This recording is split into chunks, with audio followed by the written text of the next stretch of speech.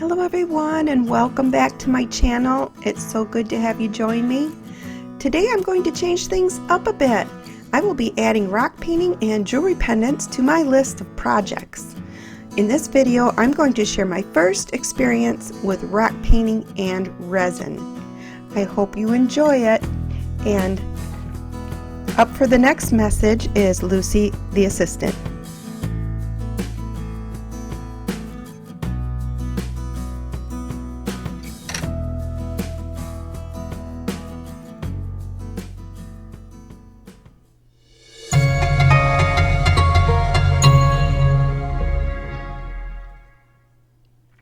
Well, starting off, I actually made this rock from a mold from the Happy Dotting Company. I found them on Etsy. You can also find some of their molds on Amazon. They are stationed out of, I believe it's Australia. But I've got some molds from them and they are amazing. I had so much fun making these rocks. You have no idea. I started out, I didn't actually film the making of the mold, but I started out with like doing a white base all over the top and bottom, and this is a Tealight rock mold, so this will hold a Tealight candle, which I thought was like awesome. I used a little sponge from, I believe it's a Martha Stewart craft sponge, like a dauber sponge, but I think you can find them at the dollar store as well. They worked really good to give me a smooth coverage, and I kind of ombre'd this particular rock. My inspiration was a sunflower. I have a stepdaughter and her favorite flower is a sunflower, and it is her birthday, so she got to be my guinea pig. I took some white and I started painting the petals in white because I want them to be bright yellow and I want them to show up against that background, so I want them to show their true color. Then I just started adding in yellows. I used a little bit of, it's called autumn leaves, and some burnt orange, and I just kind of mixed them together and kind of blended them on. I'm trying to make the top petals stand out from the bottom ones. So as I go around, you'll see me go around and kind of put a shadow and darken those a little bit. I'm telling you, I had so much fun doing this. I think I'm addicted. I do have to find a different angle to be able to film this because I actually was painting on the opposite side where my eyeballs are, so I've got to figure out a different camera angle to make this easier, because it's actually kind of, I'm painting it upside down. It was different.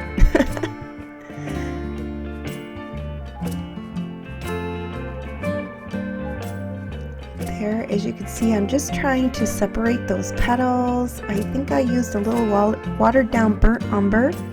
My paints are kind of a mix of like Art Deco and folk art. I'm sure I have some others in there, but I used to paint on Christmas bulbs, and this is kind of similar, but I don't know, it's kind of a whole new adventure because I get to paint the backgrounds.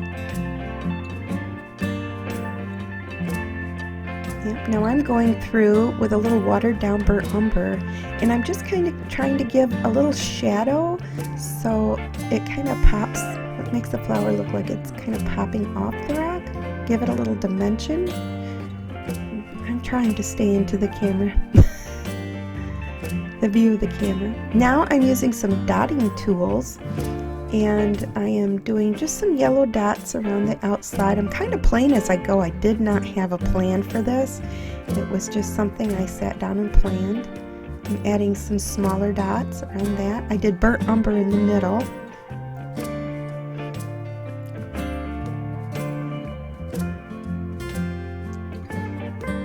Now I'm taking some gold, and I'm kind of just putting a little gold sheen on these leaves or petals, and just trying to make them stand out and glitter a little bit. It's kind of hard to tell on the camera, but at the end in person you can see how much it glitters and shines. I was like having so much fun.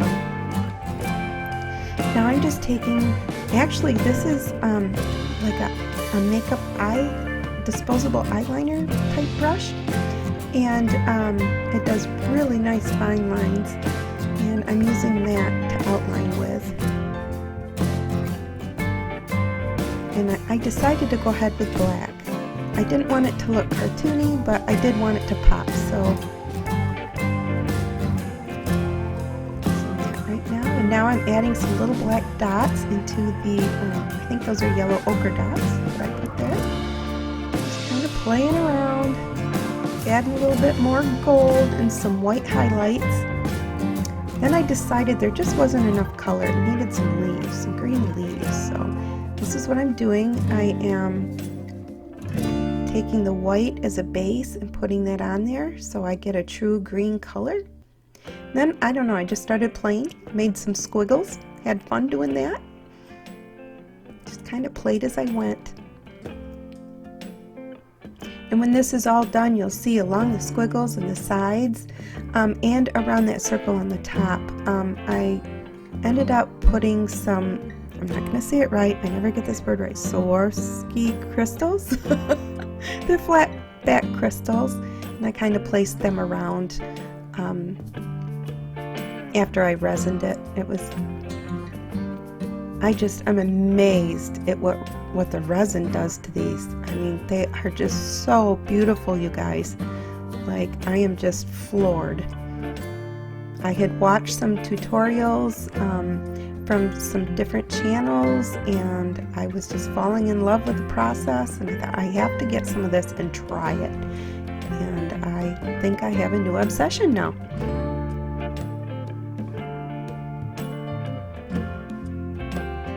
Here I am, kind of outlining the green.